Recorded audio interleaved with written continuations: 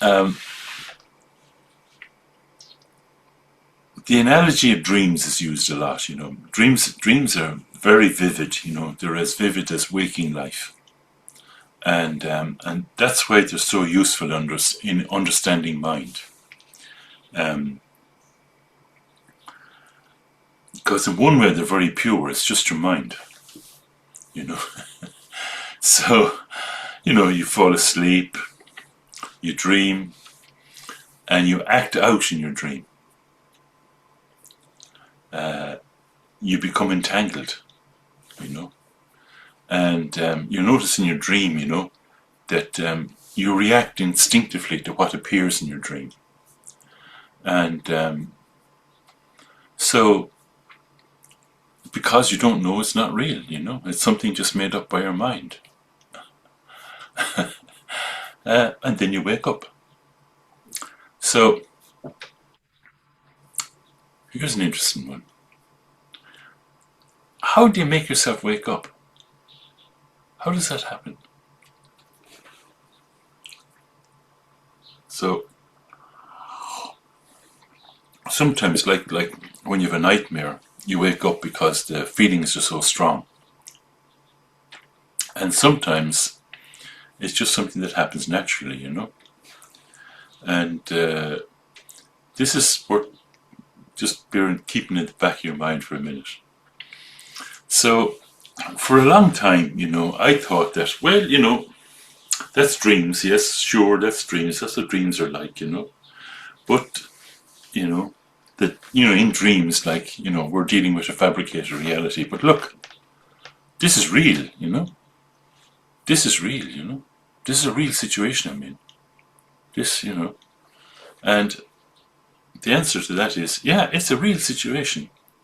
The problem is that we react instinctively, just like in a dream. It's a real situation, but we are reacting instinctively. And that does not mean, like when I say instinctively, it doesn't mean that you don't get to use your intelligence. But the first reaction is instinctive. And what intelligence you have happens in that context. Do you understand? So say, for example, somebody hurts you, No, you could have different people have different reactions, but you might have a reaction, a very typical reaction, I want to hurt them back. And that's your initial instinctive reaction.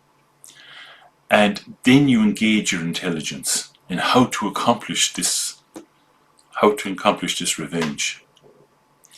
So, do you see? So what we need to wake up to is we need to wake up to avoiding this way of becoming entangled. This is our waking up. Do you understand? Like in dream, do you understand the thing? In a dream, like you've entangled into the dream, then you wake up from the dream, and then you recognize the dream. Then you know what the dream was. So here, this waking up, that's where this not following after thing comes in. Where leaving it be, the machopa, that brings about the waking.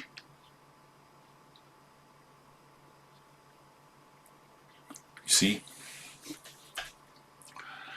And you'll notice that you particularly notice it when you're practicing meditation or whatever the hell it is that we do here, non-meditation. You particularly notice it that the instinctive reactions flop. Do you see? When the thought or emotion or memory, whatever the hell comes, that when you simply don't follow after, when you leave it just be as it is, this machopa, unaltered, that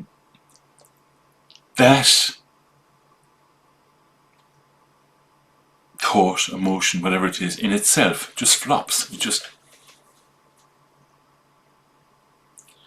Now, even the instinctual reaction itself, this is a really important point. The instinctual reaction itself, you know, the first reaction that says, oh, I'd like to harm them, right? When you leave that alone, when you don't follow after that, it flops. This is the one remedy for all your ills. I feel like a snake oil salesman.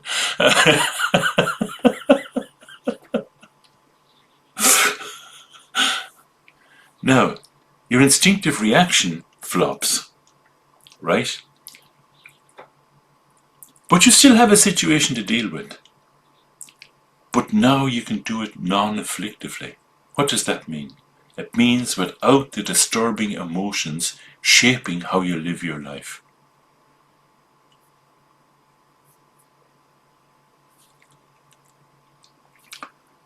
Awakening into reality, not into the dreamlike habitual reactions. You still have to deal with reality, but non-afflictively, using your intelligence.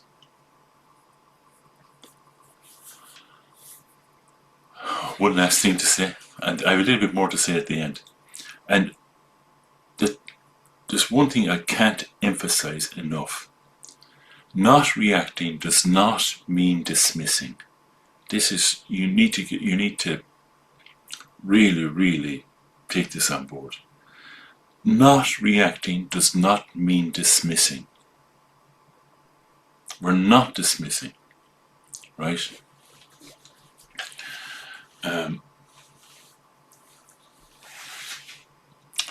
What is this non-react? It's openness. It's an openness. Even to your reactivity. Did you notice that when I said earlier? Even your reactivity, greet it in this open, spacious way, flops. Okay? So that's basically the whole story. This very simple thing of just resting and practicing just being, without altering anything, without taking up any position, particularly when we sit here quietly, the only thing you're dealing with really, apart from Adele, the only thing you're dealing with really is your mind. Unless you have a child, or maybe a dog or a cat or something, okay. So, just as you sit here quietly, the only thing you're dealing with is your mind. And so you can actually start to train and see this actually happening for yourself. Okay, so we'll do that just for a minute or two, okay?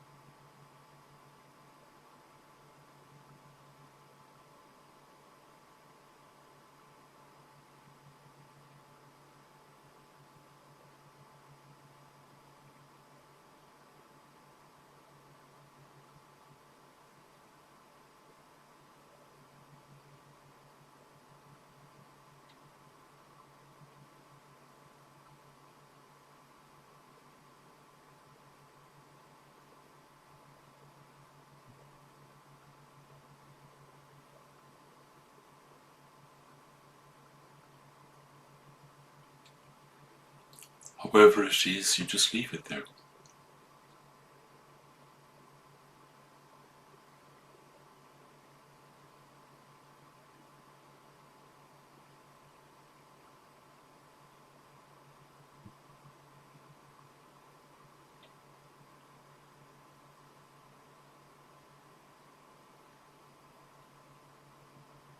There's no idea of gaining something, You're just leaving everything just as it is. Just as it is.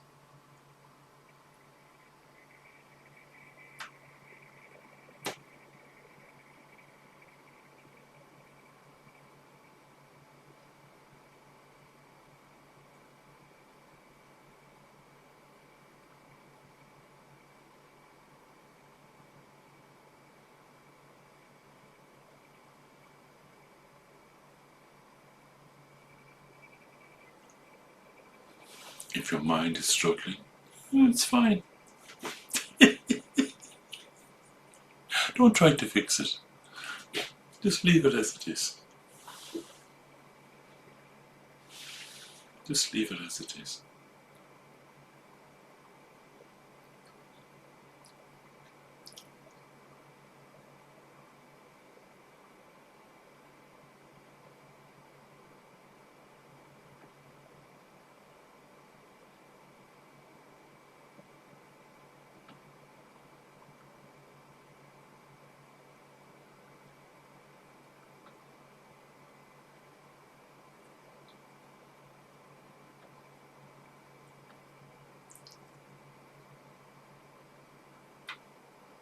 So if thoughts are interrupting your stillness, it's fine. Just leave them, let them do that.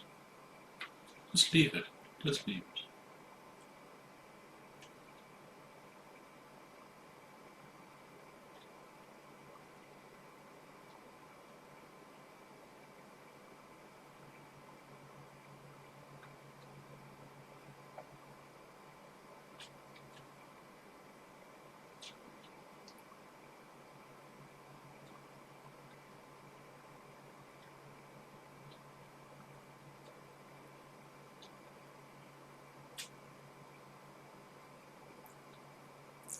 And if your mind is calm and spacious, don't try to hold on to that. Just leave it like that. Just leave it.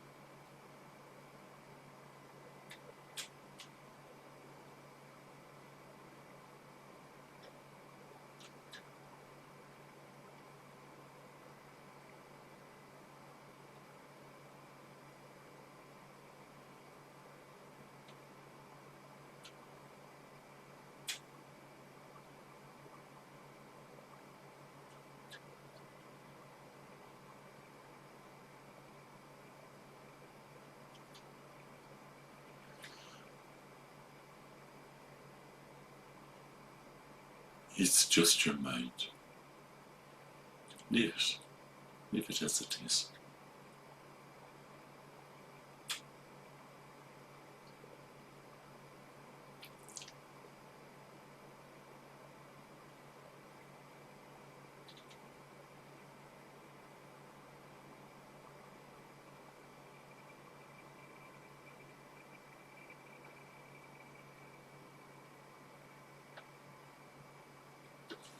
And you can just open your eyes a little bit more than you normally would.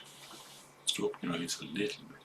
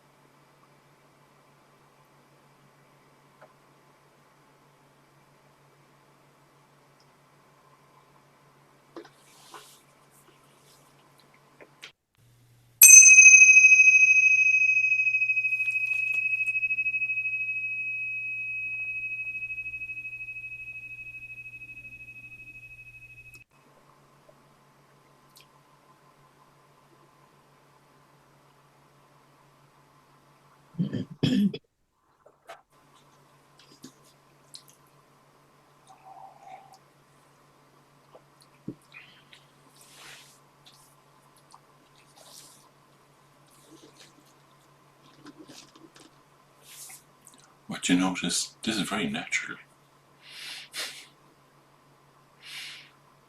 Very natural.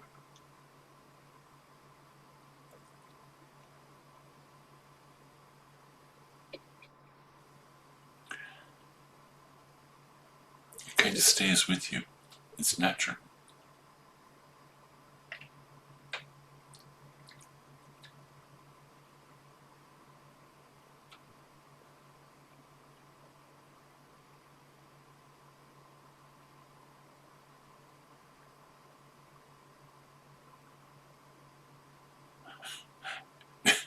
Isn't it wonderful that that you can accomplish so much by doing nothing? Okay, so I know we've got things to do. So people who've got things to do, please, have a lovely day. I'm told the weather is fine there, so have a lovely day. What's it like in Portugal?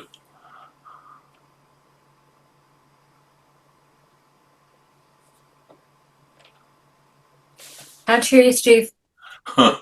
Okay, it's all right. It's okay. It's okay. It's okay. How about now? Can you hear me Oh, now? very good. Yes. Yeah.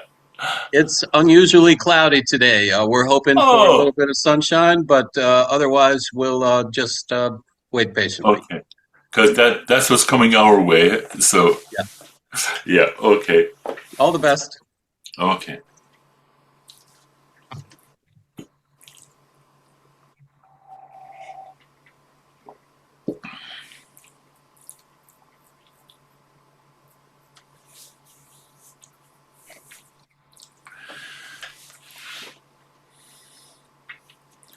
Right. And anything strike you? Anything?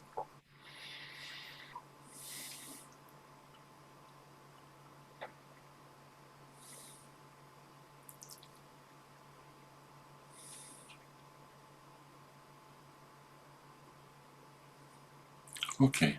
Oh yeah. Or I think it's John. No. Sometimes, Martin, everything is so overwhelming at the time that it's very hard for That's right. what you're saying to kick in. That's right. It's very hard to remember the stuff. Yeah. And the only Like, way. And you notice I asked the question. Like, how do you wake up from a dream? yeah, You see, sometimes actually, that the situation that you're in is so unbearable yeah. that you realize, look, I just have to leave it. I just have to leave it alone. And sometimes it's just kind of natural, like when you wake up from a dream. Sometimes it's just natural that you just leave. You just, you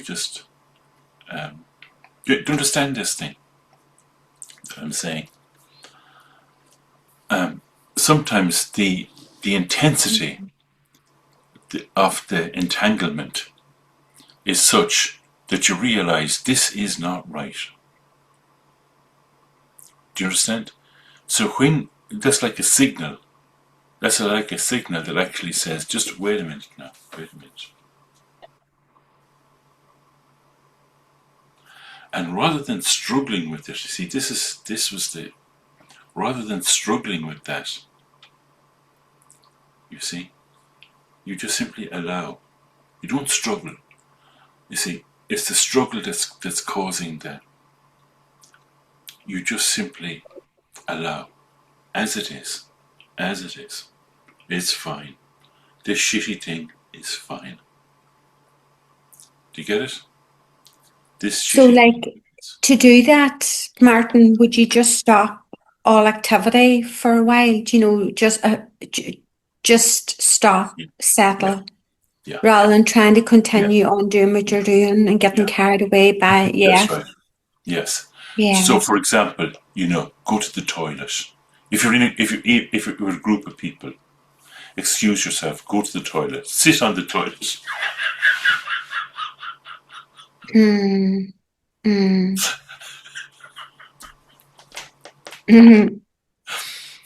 and release. Martin, sorry. Sorry, Dennis. Yes. I know. Just I remember reading before that dreams can be a release valve. In other Yes. words, if something happens to you, if, Yeah. for instance, you're feeling stressed, you get into a stressful situation, and then you kind of live it out in the dream in a different form, maybe, and it kind of you wake up and you say, "My God, it's fabulous." Yeah. So it wasn't really true or something, and it's your mind is helping you. Would that be true? In one way, Yes. or your Well, kind of. unconscious or whatever. Basically, a lot of what's happening I don't know really, but my understanding is, my take on it is that that what's actually happening is your brain is trying to organize. Yeah. It's trying to get stuff organized, and so like you've had this difficulty, whatever, and so your brain is trying to organize its way around it, and so a lot of what a lot of the kind of trigger point for some of the dreams is definitely like this stress thing, that because such and such thing happened, then this dream scenario starts to play out, and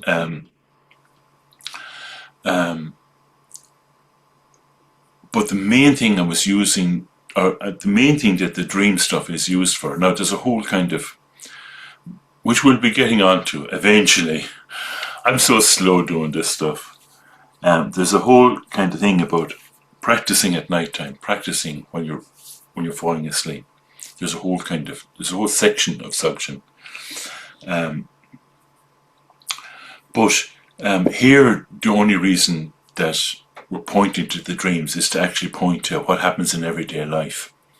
And so like I'm just going to repeat myself, but just as in a dream, you don't realize it's a dream, you get entangled and so on, and then in everyday life you get entangled. So the whole kind of idea is that you train in not being entangled, and then that is like waking up.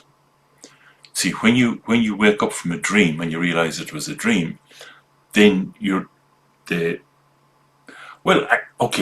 continues. Sometimes depends on the dream. Sometimes it can continue for a while. Like the expression, "You got up on the wrong side of the bed this morning." Sometimes it continues for a while, but generally speaking, it's over when you wake up, and it's very similar to this practice of not following after, of just simply leaving things as they are. It has the same effect, but it actually has slowly. It actually has quite a profound effect on how you are with your world. I'll keep going. And so the Buddha talked about developing 3 unsurpassable patiences. So this practice, I made a few notes here. So this practice of not following after, you develop patience.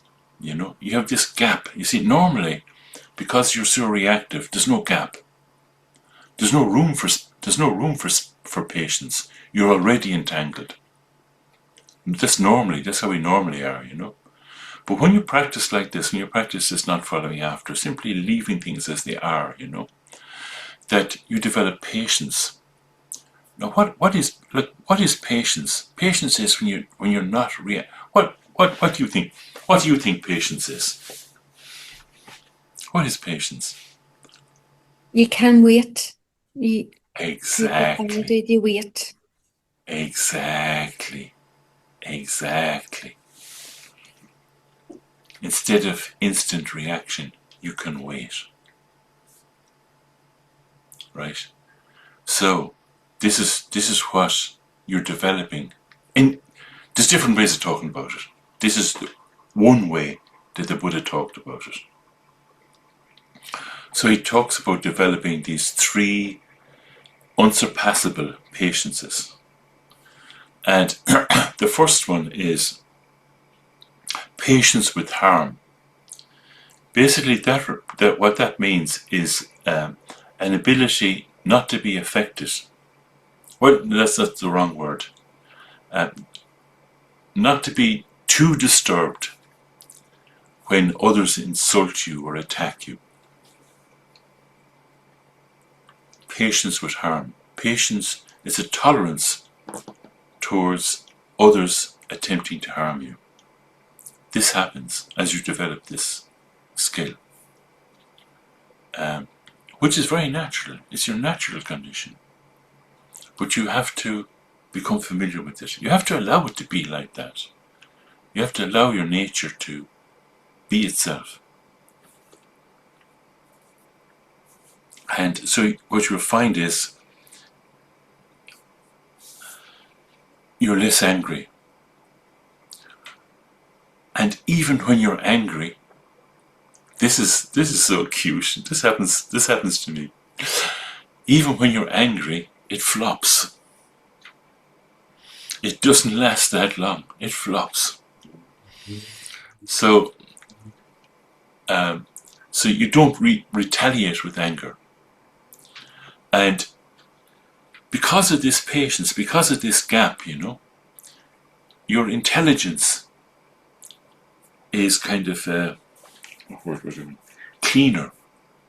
You can understand that people that try to harm you are acting from ignorance, from pain, or from conditioning.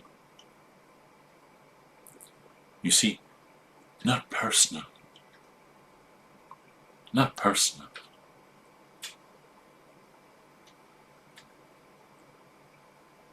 So that's the first unsurpassable patience.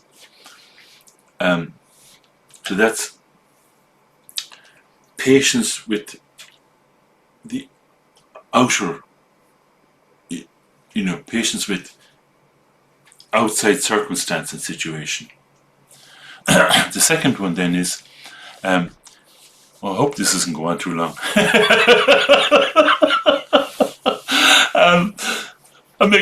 Okay, patience with hardship.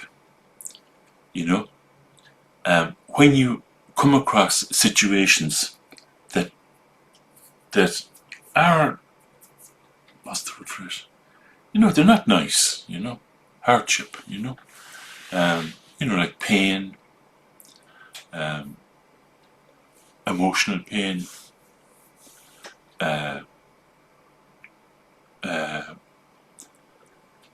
difficult circumstances, difficult situations, like anyway, you know what I'm talking about, And so with this, as you develop this kind of what did you call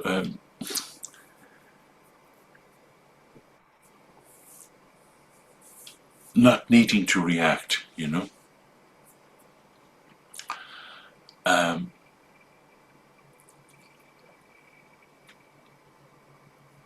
it means that you have less complaints. This is interesting, isn't it? You have less complaints, and things don't overwhelm you, And I'm finishing it up now. The last one is called patience with truth. Wow, what's this one? Patience with truth, you see.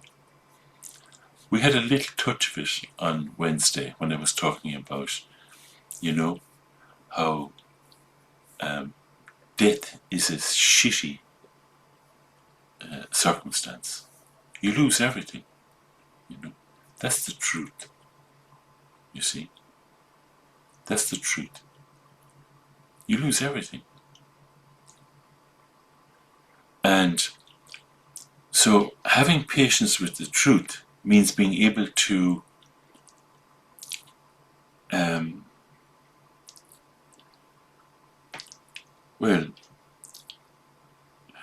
be able to remain steady, even when you're confronted with uncomfortable truths. Be able to, to have the, courage, the kind of... Fortitude is a word that Morris uses, I think. Okay, fortitude.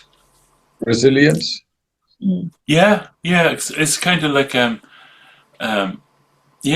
I like that. Yeah.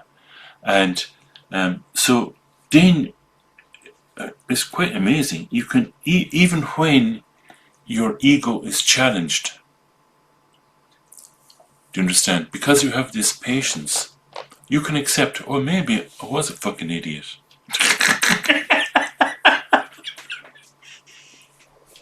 Right? You can accept it. Do you see this? You know, not this instant reaction, this kind of, yeah. And when you come across, I think of,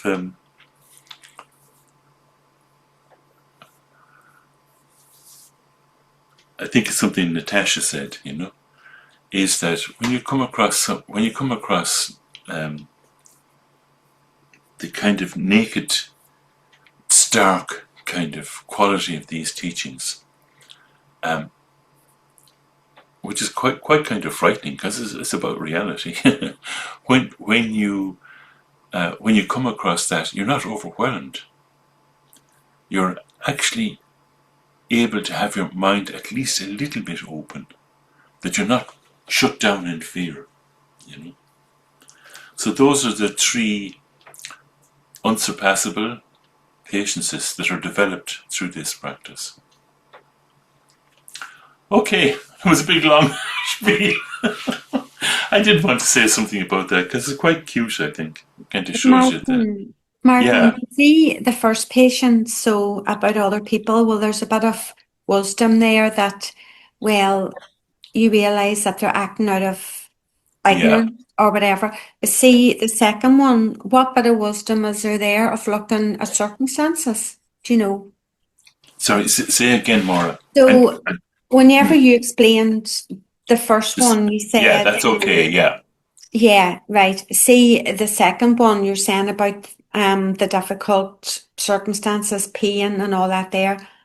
Well, what's a bit of wisdom in there of looking at that circumstance, if you understand what I'm saying?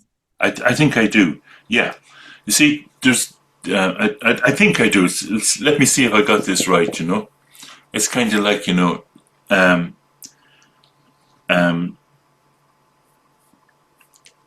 this particular situation that I'm in is undesirable, right? So normally we would struggle because it's an undesirable situation. Mm-hmm. Normally we would struggle to change that. Here, this is an undesirable situation and it's just left there. Do you understand? Without the struggle. And that changes it, and that changes the situation. Yes, it changes itself. It changes itself, right? Because it can, because, okay, this, I know this sounds theoretical, but this is the truth of the matter. It changes itself because it's nothing. Mm. Do you see? It's our struggle that's making it so strong. Yeah.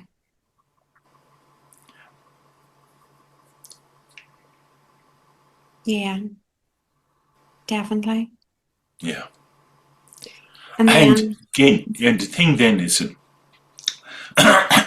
this is where you see, sorry, just more, when I have it, this is where you see the struggle also, you see, not just the situation you leave alone. How do you deal with the struggle? You do the same bloody thing to it. mm, mm, Do you see that if you struggle with the struggle, it becomes strong? mm, If there's, I'm trying to, okay, again, none of this is like, what do you call it? What do you call it? Magic. You know, like in something instant. This is something that through living our lives, we come to awakening. That's the word. mm.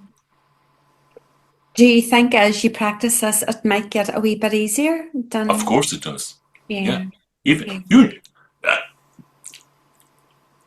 in your experience, Maura, Mm. if I could,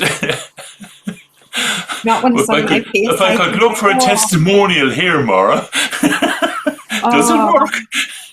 Sometimes when it's on my face, I think, oh, Oh, I agree. oh, nothing's getting any better here. But, Yeah, you yeah. know, so to see the third one there, patience with truth about death, uh, I don't get what the snippet of wisdom is there. Okay, fair enough. That's the one I struggled most to understand. It's basically like there are certain things that are true, that not how we would like it to be, you see. And the ability to be okay with those truths, that's a kind of patience, do you see? Not immediately shying away from the truth, not immediately defending yourself, not immediately seeking solace, going down to the pub, not immediately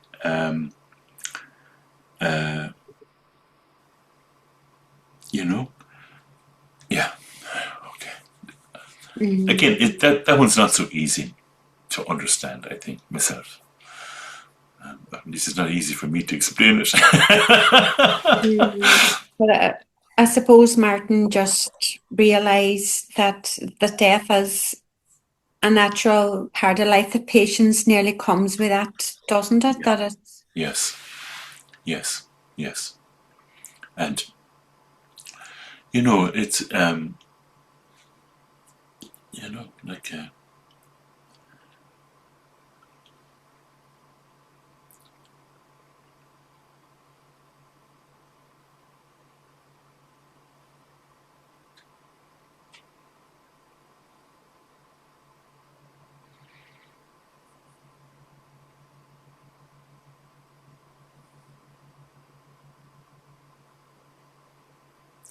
I like say this moment now. In this moment now. You see? Do you see, Maura? In this moment now. What am I pointing to? In this moment now.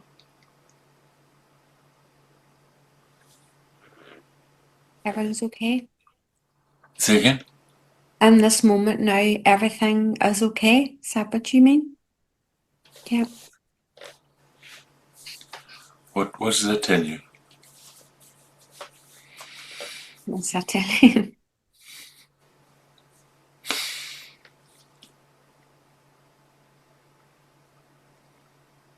And it's as easy as that.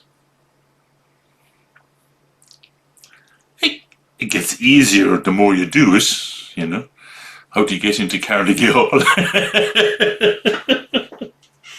Oh, sorry, it should be how do you get to Carnegie Hall, not into it anyway. Okay.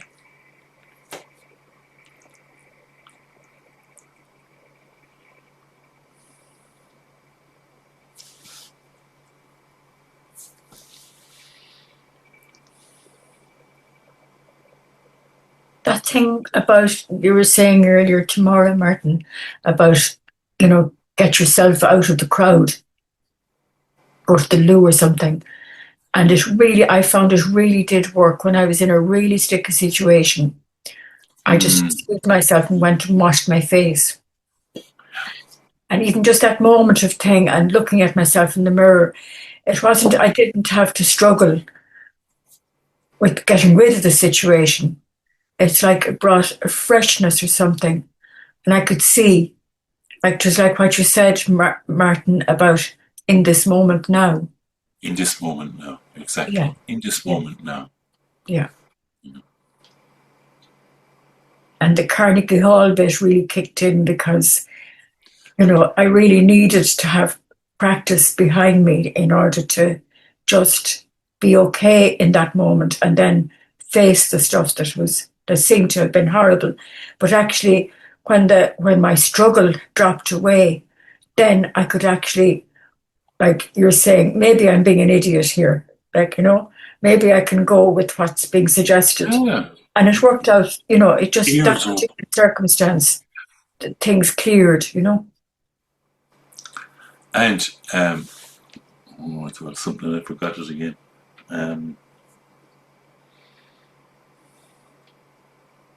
Oh yeah. So now don't be mistaken here. It begins with practice, meditation practice. That's only the beginning. That's to allow you to see what not following after means. It's only allow you to see what Machopa, unaltered, is. The actual practice is in daily life. That's the actual practice. That's where it becomes real, not theoretical, not a study.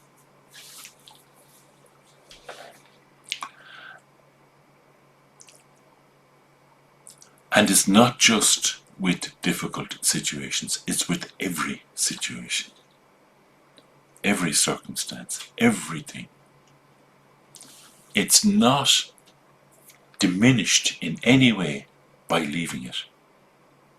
If anything, it's the opposite. Look, with everything, I'll give you an example. What in God's name am I going to say on Saturday? I've got nothing to say. I have nothing to say,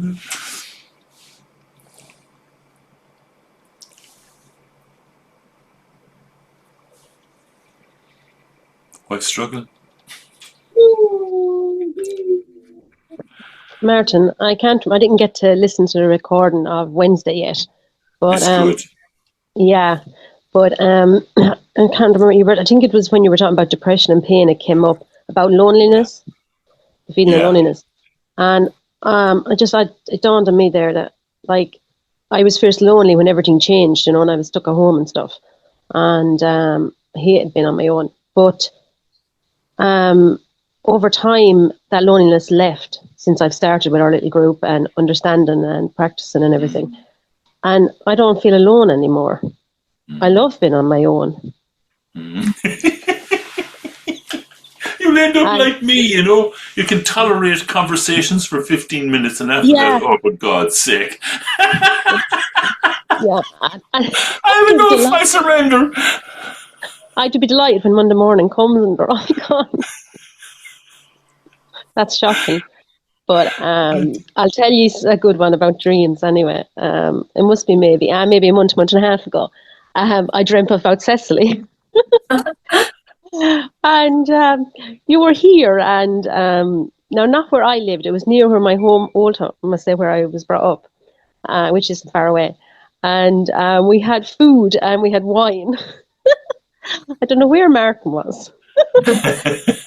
And then you started walking back up past the Lep Castle, back up to where my home house was. It was so strange. But it was, I forgot to say it to you. It was very interesting. These dreams are strange, aren't they? Yeah. Where the mind is just, Yeah. But what they are pure mind, you see. That's the interesting thing. It's just mind, It's mind. Whereas everyday situations, doesn't seem to be like that. Doesn't seem to be like that.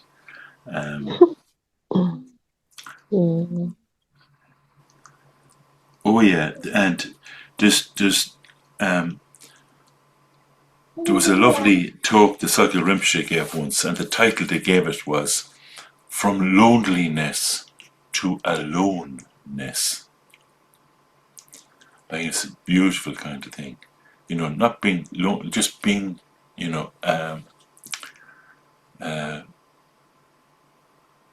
the French have an expression, being well in your own skin. Being well in your own skin, you know, with this, God, yeah. You know, it bleeds out into everything. Mm.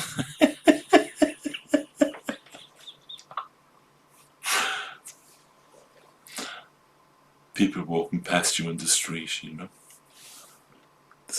Anyway. I'm nobody, but when you have a little touch of this experience, you know, and you're in it, it does affect the whole situation around you. It bleeds out into.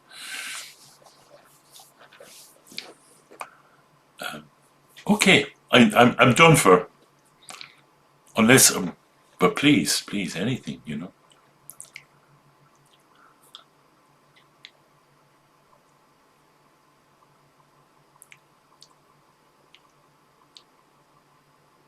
We do a dedication, Maria. Oh God, will we ever, you know? Anyway, okay, dedication.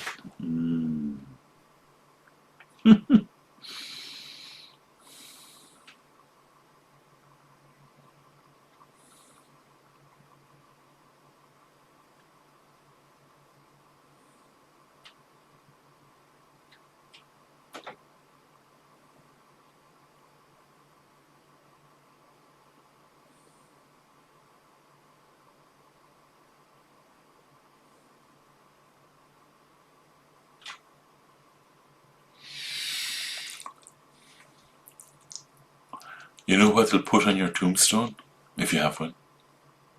R.I.P.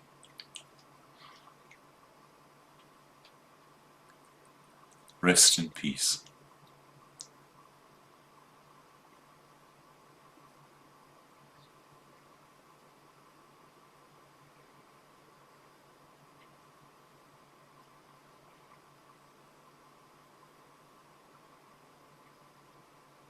That's it.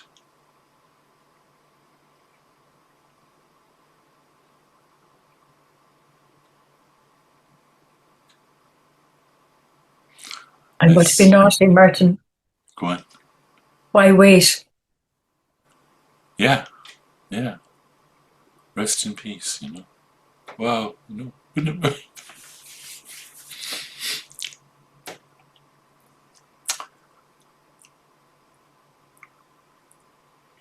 I kind of lost for words now, you see. Rest in peace.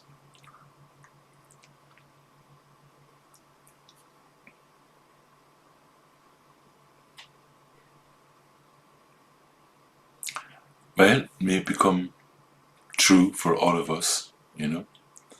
And whatever merit comes from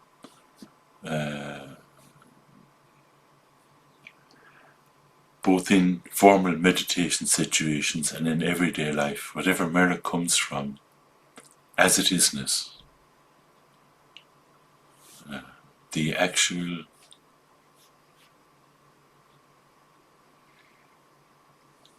wisdom mind of the Buddha, as it isness.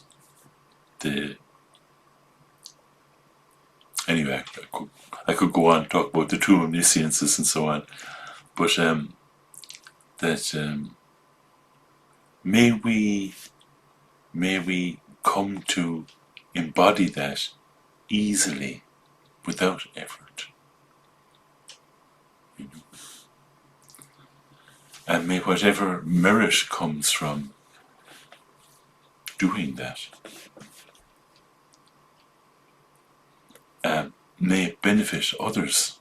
It may bring them to the point where they can rest in peace.